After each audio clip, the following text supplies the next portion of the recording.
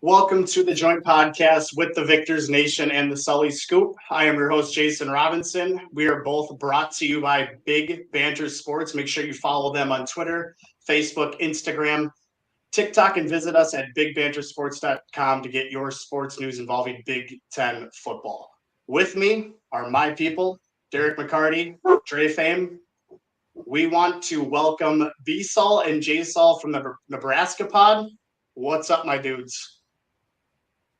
Thanks for joining us, guys. How's it going, guys? Yeah, thanks for having us on. Yeah, No problem. So I got a really important question. Bill, I know I told you about this earlier. So my Nebraska people, can I get a go blue? Question mark. And silence. we might have Tim to make a earlier. wager. Tim gave it to go blue. Tim gave it to go blue before he left. He did it. Yeah, that doesn't surprise me. He's a little easier to coerce into doing stuff. He actually did it. I'm lying. First time I ever lied. He did not say that. Alec from the What's Choppin' Pod, the Rutger podcast last week, he gave us a courtesy go blue. That's because you commented on his hair. Yeah. It was great. His beard and his hair were great. That's why he gave us a soft go blue. So, okay. So it doesn't look like we're going to get a go blue here. So, Derek, why don't you start kicking us off? Yeah. So thanks for joining us again, guys. It's always fun to get these joint pods going and try and have a little fun with each other as we get through Big Ten season. So heading into week 2 for us of the Big Ten season. Nebraska sitting at 2-2, Michigan sitting at 4-0. What are your guys' thoughts so far on the season, on where you're at?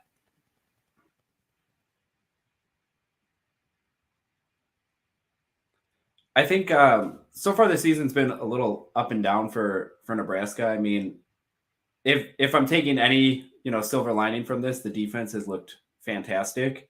Offensively, we're still looking for an identity, which I think will be the hardest thing going into this game against Michigan here, especially with their defense on the field. But if Heinrich Haarberg is the starter for Nebraska, I expect a lot of option football, which has been the recipe for success for us so far. Yeah, I think we lost J-Sol there, but we'll keep going. He should be hopping back on here pretty quick. There he is. Yep. Sorry, my connection's about as good as our Huskers quarterbacks to our wide receivers. You guys need to start Jeff Sims this week. That's what I think. Sounds like you're looking for a couple interceptions then. You know it. More than 4 that he's got. Yep. Good. So, J-Sol, you, I think you fell off there for that question. I was just looking to see what your thoughts were on the start of the season for Nebraska so far. I mean, I think we started out new coach and everything. I think it was all right, especially the first game you start on the road, especially 2 games on the road. They're both against Power 5 schools. I mean, nobody else has done that in the Big Ten or anyone else. I mean, anyone that's ranked in the top 25. It's not like we're ranked there. But then I think it was kind of get right games after that with Louisiana Tech and NIU. So I think it helped out. But I didn't really like it because then we switched quarterbacks and now everyone's almost riding Haarberg here, thinking that he's the guy. But in reality, if you throw Jeff Sims into those games, Jeff Sims wins those games. I don't think Haarberg puts up a better fight against Colorado and Minnesota at the beginning of the year. And I think it was tough. Minnesota, we probably could have won if it wasn't for a few, bad mistakes from Jeff Sims. However, I mean, it's a big spotlight, first game of the year. You're going to have the jitters. You're going to have mistakes made. It's a new team, new coach, new system.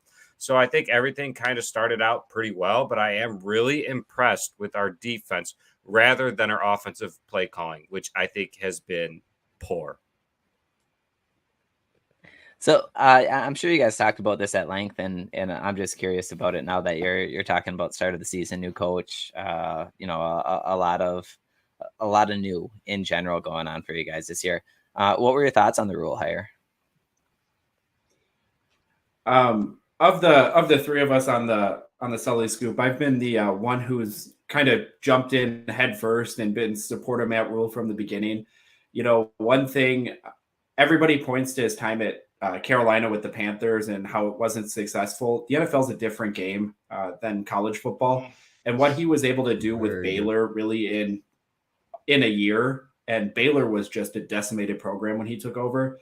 But to have one down year and then put them back on the map, I think that speaks volumes to him as a program builder.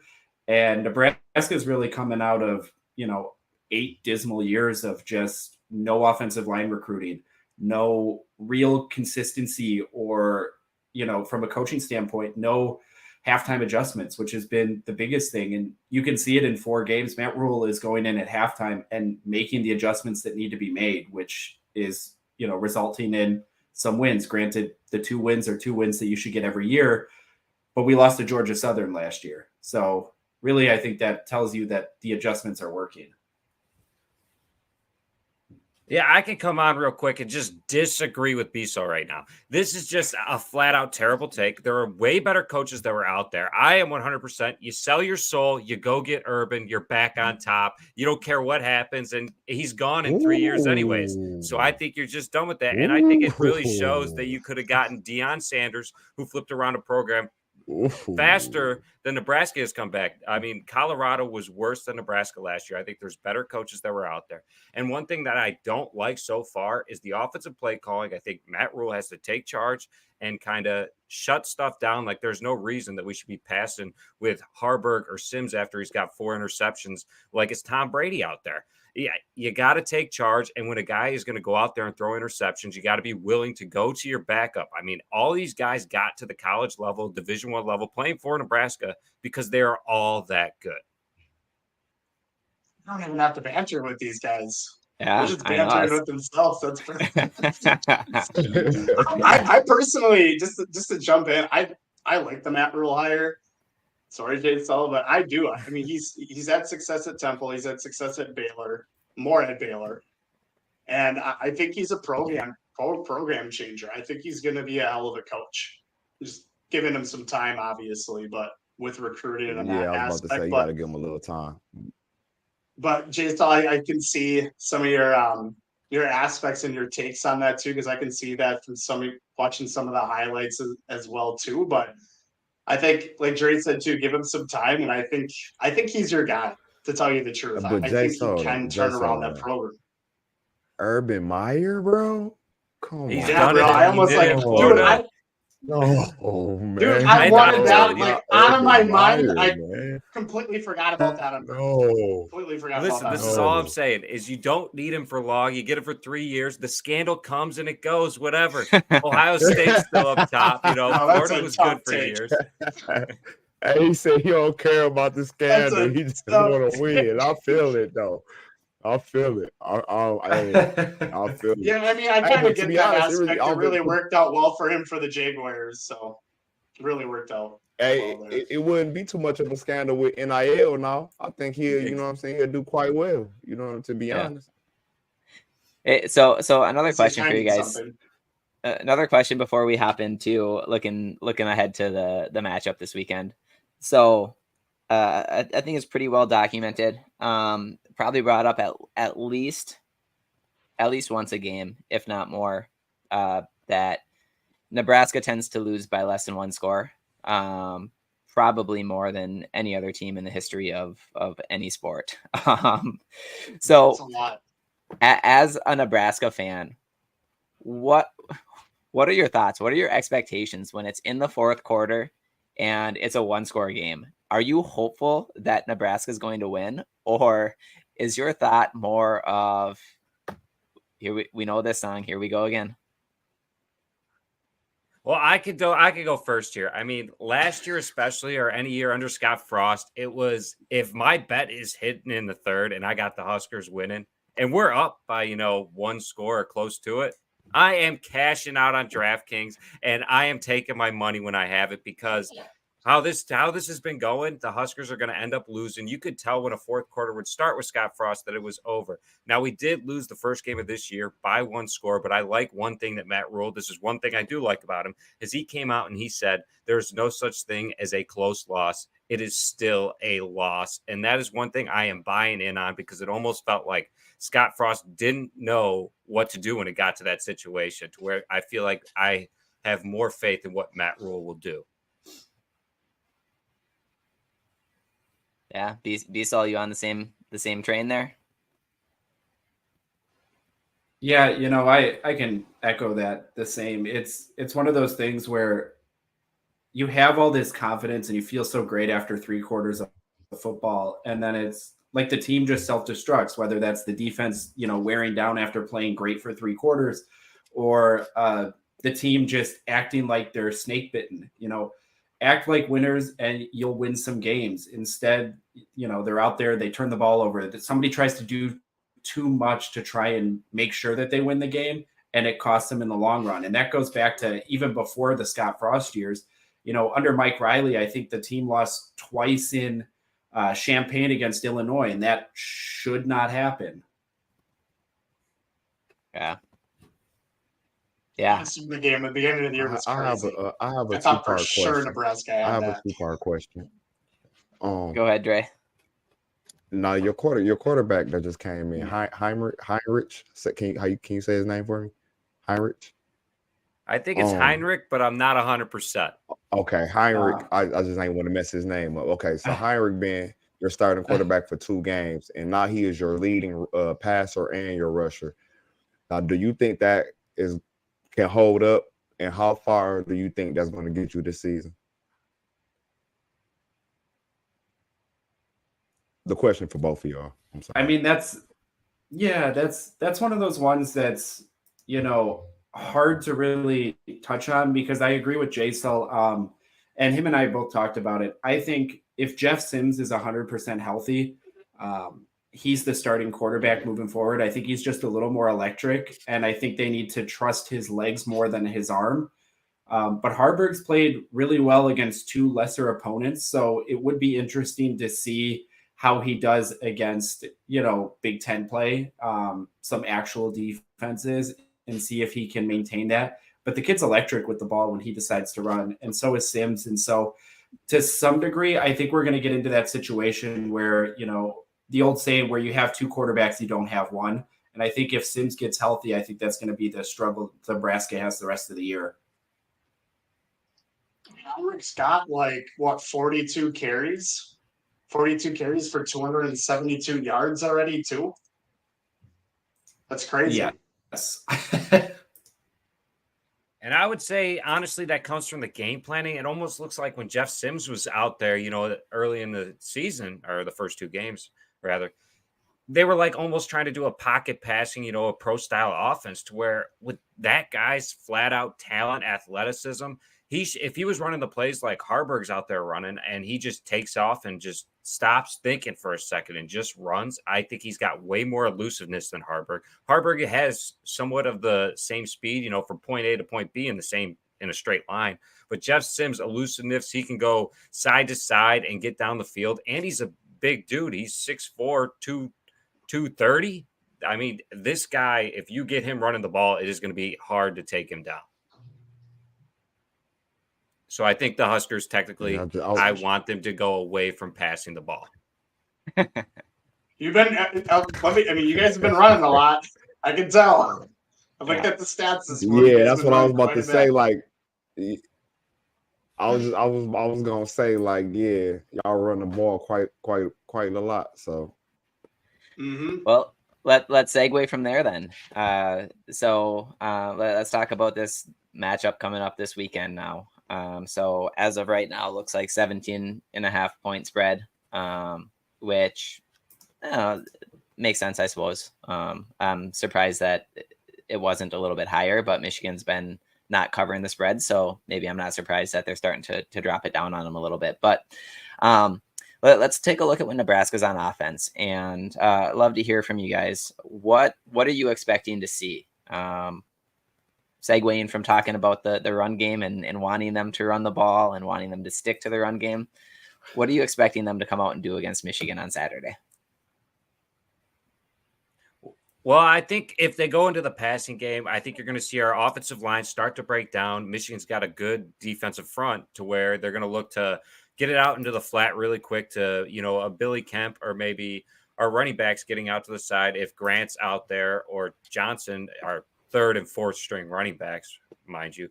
Otherwise, if, they go back to pass and those aren't open, you might have Thomas Fedone, our big tight end over the middle. But that's at that point, our offensive line is way better. You can see it 100%. They get a push when they're going forward, but our tackles in Corcoran and Barnhart, if they drop back to get to the pocket and, protect the passer, they get beat around the edges every single play. And I think that's the biggest matchup nightmare for Nebraska that's really going to play into Michigan on defense there. Turner Corcoran, who's playing left tackle right now, a few years removed from being, the number one lineman out of Kansas. He shouldn't be starting. Teddy Prochaska is still recovering from an injury last year. But Turner Corcoran, through 4 games, I believe has 2 games this year where his pass blocking rating is 0. As a left tackle starting at the Division I level, you cannot have a game where your blocking rating is 0, let alone 2 in 4 games. So it'll be really interesting to see if Nebraska decides that they need to pass the ball. Are they going to give him any help on the side, which takes, a running back and keeps him in, or a tight end, chipping on that side? Or are they just going to try and let him, win a one-on-one situation, which he hasn't done at all this season? Yeah. So Jason, Dre, love to get your thoughts too. When Nebraska's got the ball and Michigan's on defense. Jason, I'll start with you. What do you expect to see out of Michigan's defense against Nebraska? So it's funny that you guys mentioned that, because I was going to say that in your segment as well too. So I'm going to be really interested if we can stop the running game, quarterback and running back play. What's it going to look like if you guys actually have to pass the ball? So right now, your starter, not Jeff Sims, but Heinrich, he's got like a 51.5% completion rating. And it's because they have been kind of running the ball, and he's leading that team in rushing right now. But at the same time, I think if we force Nebraska to pass the ball, we're going to see some turnovers on our side for sure. Dre, what do you expect to see out of our defense this weekend? Yeah, I'm gonna really just piggyback off what Jason just said. If we can stop the run, you know what I'm saying, and stop him, which is their leading rusher, we all just want to see what their passing offense look like. I know y'all have a lot of good receivers like Kemp, but I don't think y'all have a quarterback to do the job to go 4 quarters. You know what I'm saying? If y'all can just make one, if we make you guys one-dimensional. So I just want to see what the passing game look like when we shut down the running game.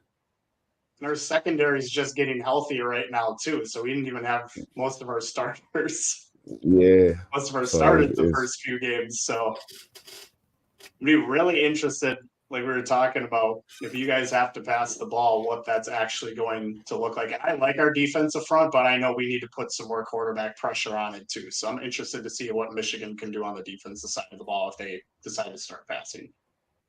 Yeah, definitely. And I think that where your worries are on the offensive line. I'm not sure if you've really watched any of the Michigan games yet this year, but their defensive line is probably, especially interior defensive line, which is kind of opposite of what Michigan football has been on defense. The last several years, there's been so many edge rushers that kind of steal the show. And the interior defensive line's been where it's like, all right, who's going to step up in the interior?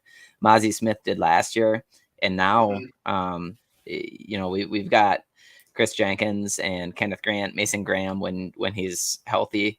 That interior of the defensive line is just eating offensive lines up so far. I would expect that, and I don't know what your guys' thoughts are on this, but I would expect that Nebraska is going to come out throwing haymakers, because I feel like that's kind of when you're playing a Michigan or Ohio State. I feel like when you get them at home, that's what you try to do. So I wouldn't be surprised. Yeah, I wouldn't be surprised to see them, like Rutgers came in last week, and they're very much a heavy run team, running with a quarterback. And they came out and they took a couple shots throwing the ball right away, and they connected on one. They connected on a 69-yard touchdown pass on the first drive of the day. Bowling Green had some crazy catches too. Yeah. So just throwing it out there. I wouldn't be surprised early if Sully, you might be disappointed in it, but I wouldn't be surprised early if they go go off tendency a little bit and take some shots at us to try and keep us off balance. But I think by the time the game balances out, once the emotion of it being Michigan's first road game, of Nebraska getting Michigan in their house and having the mentality of everything to gain, nothing to lose by coming in and giving it the best shot, I think the defense will settle in, and the strength has been stopping the run so far. So I would expect that that's what they're going to sell out to do, is stop the run and make you guys throw the ball on us. I could see them coming out passing the ball too, like Nebraska wise.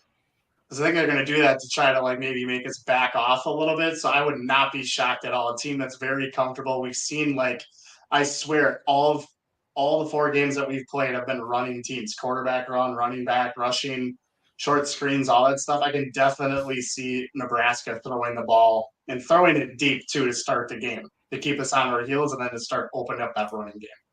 Absolutely can see it. Yeah. Yeah. Go Diesel. I was going to say, I think on the flip side as well, that's really, the two defenses really have similarities in that, where Michigan's biggest, thing has been their defensive line, especially interior, stopping the run pressure and really forcing runners to bounce outside a little bit there, which is where you stretch the field. You get them running east and west instead of north and south. And then you're going to get them to stop. And Nebraska has been really good about stopping the run as well. So I think this comes down to, in theory, it's going to be quarterback versus quarterback, who can make more throws and better plays. And, it's probably, McCarthy's been there and done that before. So now it's going to be either, whether it's Sims or Harburg, depending on who's healthy, can they step up and make a handful of throws when they need to? And so far, I mean, Sims wasn't able to do it in the first 2 games, and Harburg's completing 50% of the passes. So it's really a coin flip in the aspect if he'll be able to do that. Yeah. So I'm curious, are there any key matchups that you're looking at then, that you have on offense against Michigan's defense that you're looking to be difference makers?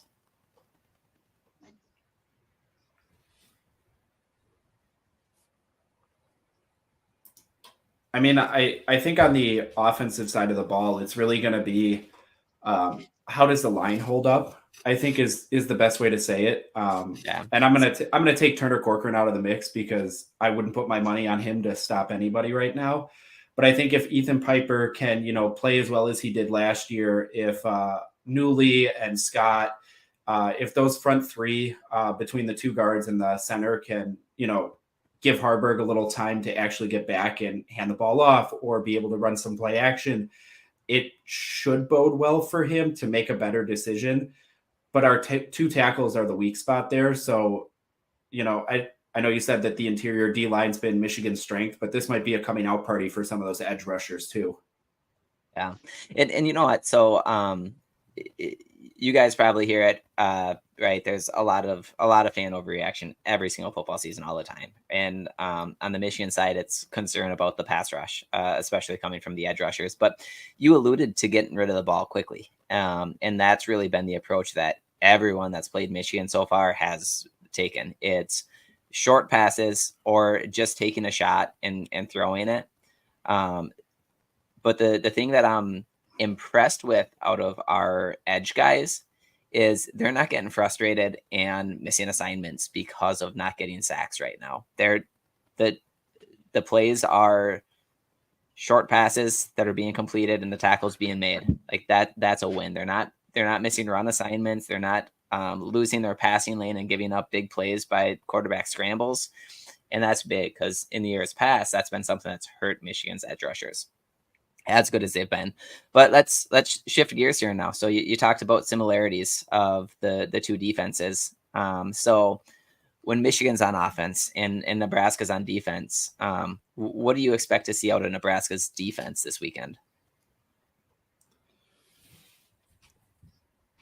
I think we'll get some type of, pass rush in there. Will we get to McCarthy? I mean, Michigan's got the best offensive line in what I would argue in college football. So I think it's going to be tough to get there, but I think they'll get some sort of pressure, and McCarthy's kind of been there, done that. He'll know to get the ball out. So I think it's going to come down to our DBs, how long can they hold up? Our linebackers, I mean, with the 3-3-5, we're going to have a lot of guys out there and in different spots, a lot of zone coverages. So I think it depends on really how much time McCarthy has in the pocket, but it might slow him down for the first quarter or two. But a guy that's been there and done that after a while, once he gets enough time in the pocket and gets comfortable, he'll be able to find the openings. Yeah, Bissell, what about you? What do you expect to see? Yeah, I kind of agree with Jason on that. Michigan's offensive line is fantastic. I believe, and I could be wrong, but I believe it's Zach Zinner who has not allowed a quarterback pressure all season yet. That's huge, especially from the guard position.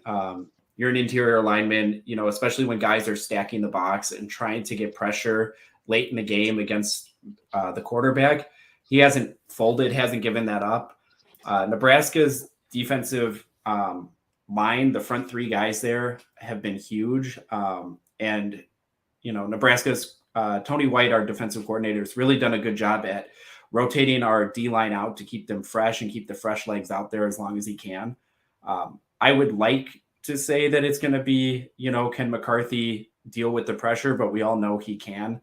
So I'm just interested to see if Hutchmaker or Blaise Gunnerson, Ty Robinson, any of those front three guys, even Cameron Lenhart, if they can, force Zach Zinter to lose that, not giving up a pressure, and see if we can get some pressure from the interior D line that's been so good about it so far.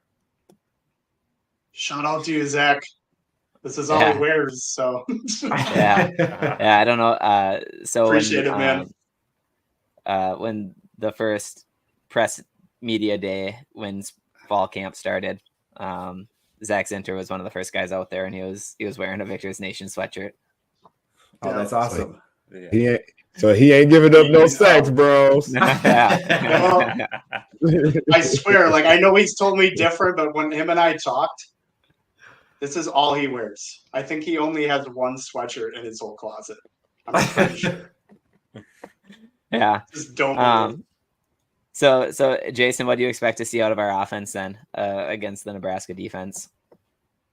So I think it's going to be closer in the beginning than what people think for us to score points. Now Jason, Bissell, you guys already know this, and I'm sure Derek and Jay, you know this too, but Rutgers has the #1 rushing defense in the Big Ten. They also are leading the Big Ten Rutgers with 14 sacks. Oh, I'm sorry, Nebraska. Nebraska is, my apologies. Nebraska is leading the Big Ten with that #1 rushing defense, and also leading the Big Ten with 14 sacks as well too. So I think we'll accept the challenge. I agree with what everyone's saying, but I think we're going to try to get the running game established this time. We've had some good runs by Corman Edwards and that offensive line help, but I think we're going to have a breakaway game. I'm not saying it's going to be early in the game, but I think we're going to see, especially Donovan Edwards, actually get some more touches, some more carries, and him have a breakaway game. But I'm not saying, I think it's going to be challenging. Nebraska's, like I said, leading those two areas right now. And even with the passing, you guys are talking about how fantastic our offensive line is. I think this is a good challenge for our O-line as well, too. Very good challenge. Yeah. Dre, what do you expect to see, Dre? I think we start off trying to run the ball like we usually do. But I think like Jason said, they defense holds up for a little period of time, and then we break away late. and probably like the end of the third. That's when we start breaking away. But like he said, Nebraska they have a great run defense, so it's gonna have to be. Yep. JJ's gonna have to step it up this game. It's gonna have to be a Roman Wilson, a Colston Loveland, CJ game. So because I don't think Nebraska is gonna wilt away with we might get 60, 70 yards, you know what I'm saying, from Blake Corum, another 20 or 30 from Donovan Edwards, but I don't think they're gonna give up the run too much. So like I said, JJ gonna have to step it up. Yeah, I mean, I'm pretty sure Nebraska only gave up, like, so far in the last 4 games, the first 4 games, I should say, 185 rushing yards, I believe. Yep. They're leading the Big Ten. I mean, they're doing pretty solid up front right now. So I was impressed when I saw that stat. I didn't know that until today. So it's awesome. I'm glad that we're going to get a little bit more challenging. I think this is going to be our biggest challenge of the year so far, offensively. Yeah, for sure. Offensively, for sure. Mm-hmm. Yeah, I think the hardest part is it could have been a trap game for Michigan coming into Lincoln. It's your first road game, and you could have been looking ahead to Minnesota, who in theory had the path to win the West, especially having already had that one conference win. But to go out and for them to lose to Northwestern really makes it Michigan's looking at them and they're like, okay, well, Nebraska hung with Minnesota and probably should have won that game. Minnesota just lost to Northwestern. How good is Minnesota really? Maybe Nebraska's better than we're giving them credit for. And so I think it doesn't skew it very much. That if Minnesota had ran away and just blew Northwestern out of the water, it could have been a trap game. But I don't think we've got that opportunity now anymore. Yeah, I'm just glad the game's not an official night game. Is it going to turn into a night game? Yeah, I'm just glad it's not a night game because I know that's hostile territory with your fan base. Yes, yeah, it's crazy. So I want to point one thing out with Nebraska running the 3-3-5. The TCU ran 3-3-5 last year. So, I would expect that there's probably going to be a little bit of observation that's taken place from game film on what TCU did to disrupt Michigan's offense. Even though Michigan's offense still went off and scored a ton of points, there were some things that TCU did that really attacked and disrupted the offense and forced some pick sixes mistakes. that game. Yeah. Yep, definitely. Yeah. But I mean, in general, I agree. I expect Michigan's going to come out trying to establish the run again, like they always do. That's their identity. And honestly, I think that Michigan's identity combined with Nebraska's identity is going to mean that drives are going to take a long time. Each team's not going to have very many drives in the game. So, first quarter, second quarter, even if it doesn't feel like it's been an even game, it's probably going to be closer than what we think. And I think that, if you guys hit on a couple big plays and your defense makes a couple big stops, this game could come down to the wire. There's always some opponent that just throws the ball up like a Hail Mary and they just come down with a 2-finger catch. I swear, it's every year. Something crazy like that happens to us. Well, if Sims is the one throwing it, you guys are probably going to be coming down with the catch. If Harburg's throwing it. I'm two-handed, 2-finger catch. Okay, that's cool. Or if Harburg's throwing it, it's probably a fan in the stands coming down with it. Oh, my God. Man. Maybe a little true underdog dodgeball experience. That's cool. Lucky souvenir. I love it. I wish I was going to this game. So on special teams, Rutgers was trying to get a little tricky with how they were, especially like kickoffs. I guess I haven't watched Rutgers punt this year until they played us, so I don't know if that's just the way that they punt is more of that rugby style. But do you expect any? Got away with some of those too. They're trying to do a Bowling Green attempt too, because I mean they did recover one Bowling Green, and it was almost going to be a second one. So do you expect Nebraska to come in and try to catch Michigan off guard with any any fake punts, fake field goals, anything out of the ordinary on their kickoffs? Not in the punting game. I think they trust Brian Buschini. He's got a strong enough leg and really, excels in punting to the corner when he doesn't. I think he's got one punt this year so far that's less than. He had one terrible punt that was like 21 yards, but the rest of them have been decent. So I don't envision them trying to do something to throw him out of his rhythm. The return game or kickoffs, fake field goals, I could see them rolling out anything like that, just trying to, give themselves an extra drive here and there, especially with the clock and both teams trying to run the ball. You're talking, you may get 6-7 possessions the entire game. So if you could get another one or cut Michigan out of one there, Nebraska's going to try it. I just don't see it happening in the punting game. Yeah, and you alluded to the Rutgers Michigan game, and everything else they were pulling out, I was surprised that their punter didn't take off on a few of those with how he was running. It was almost that's what I'm saying. He was one for sure. I'm in the side. I'm at the game screaming, "Hey man, he could run!" And he just kept kicking it. Yeah, I'm like, all right. Cool. I thought that was pretty surprising, but here for Nebraska, I don't want to see something on a kickoff. You can't, give the Michigan, who has a great offense, you can't give them a short field like that to where, if it's coming down to it, I think the best opportunity would be a field goal because then you're already like on their side. And better yet, even if you attempt a field goal, our kicker right now is 1 for 3. He's only made it from 20 to 29 yards. So I think at that point, what's the risk? I mean, outweighs the risk and the reward. So I think if anything, it would come from a field goal like we saw last week. However, now Michigan has seen the film on it. It's like, all right, now we know what we're looking for. Good time. Yeah. So what do you guys think of the new clock rules with college football? Because you mentioned it. Michigan only had 7 possessions against Rutgers the entire game.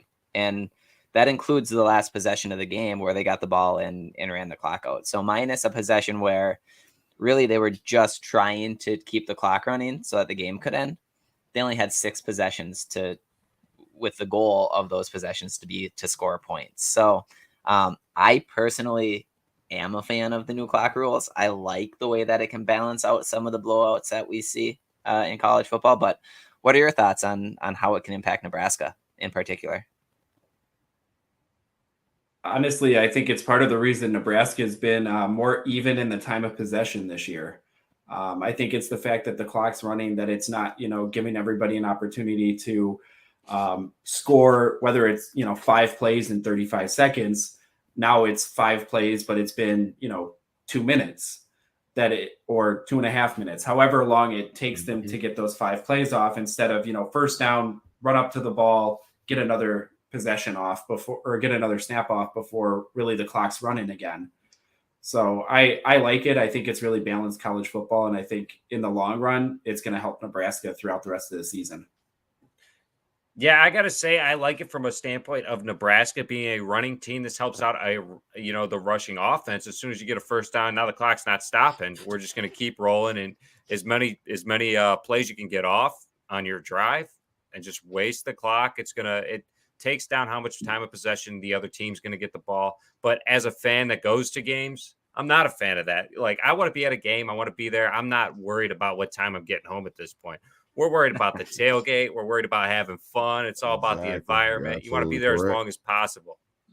So I would say as a fan going to a game, I don't like it. But as a fan of Nebraska with a rushing style offense, I do like it with the time of possession overload you can get. But you're absolutely correct, DJ. So, it goes by so quick now.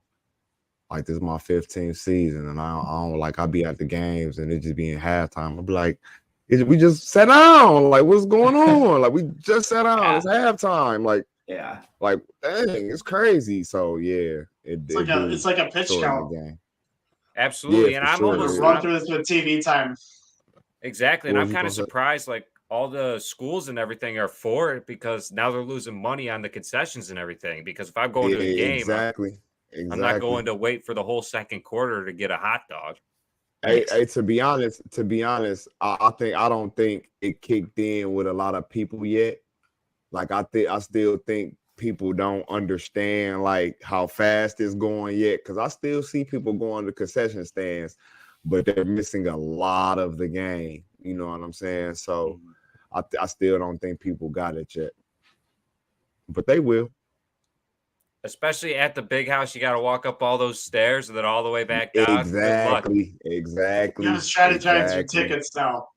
Yeah. Gotta strategize your tickets. Exactly. Inside You got to get all your stuff before you go in now. That's how you got to do it. I'm huffing and puffing when I just go out to the mailbox and back into the house. When I was at the first game, I'm like, I'm struggling. And we were right by the gate. It's crazy. So let's make some predictions. Let's make some predictions here. J-Sol, start with you. What's your prediction here for the final score of the game? I think it's going to be closer. I think it's going to come down to, closer than the spread, rather. I mean, Michigan hasn't won by the spread all year, if I'm not mistaken. So I think Michigan's going to put up 24 points, but I think the Huskers, I think it's going to be 13 points. I think they might get 2 field goals, or they might end up going for 2 on a play. I don't know, but I think it's going to be closer than the 17.5, but I don't see their offense being able to outscore Michigan's. B-Sol, what about you? Yeah, at the beginning of the season, I had Michigan picked with a 28-24 victory. Nebraska's kicking game isn't that good, so I mean, I'm going to drop that field goal off there. I can see Michigan just, Nebraska's going to struggle to keep up with them, I think, in the second half. But I think the first half will be close, whether that's, a 3-0 or 7-0 halftime score. But I could see the final score being like 28-7 or 30 or 28-21 or 31-21, Michigan. Okay. Jason, what about you? I'm thinking 35-7. Once I saw that time for the game, wasn't a night game, that made me breathe a little bit easier as well too, because I know that atmosphere. But I'm thinking 35-7 just for the fact of I'm impressed with Michigan's defense. We're leading the country with points allowed right now. Average within the 4 games is 5.8 points. So we've allowed 23 points all year. We're leading the NCAA with that right now. So I think our defense is going to win us the game. I think our offense is going to put up some big plays as well too. But I'm thinking 35-7. And I wouldn't be surprised if it was a lot closer, to be honest, but that's just my prediction as a Michigan fan. Dre, what about you? I got it 35-10, Michigan. I think at the first half, it starts off slow, and then in the second half, we blow it open. Usually how it goes, like last year. 35-10. Yeah, 35-10. Yeah. And we could have quite a range of difference here. I don't necessarily know that it's going to be on the Nebraska side for points scored. I think it's going to be on the Nebraska side for what their defense does. So, I wouldn't be surprised to see like a 17-13 type game. But I think it'll be more like 27-10. So I'm sticking with Vegas and throwing it like right at the spread there. 27-10. And I think it'll go, I think it might be something along the lines of 10-7 at halftime. And then we come out in the second half and have a couple scoring drives. And those scoring drives are probably going to eat up 20 minutes of the 30 minutes of the second half. So let me ask you this then, guys. You didn't give us the courtesy of a Go Blue to start the podcast. If Michigan covers the spread, can we count on the Sully Scoop starting off with a Go Blue for your next podcast? Say yes. Now are we going the spread as of today or the spread at kickoff? Spread as of today, 17.5. 17.5. What do you think, J-Cell? I'm going to put it on him. He's the betting man. Some would say not too well at it.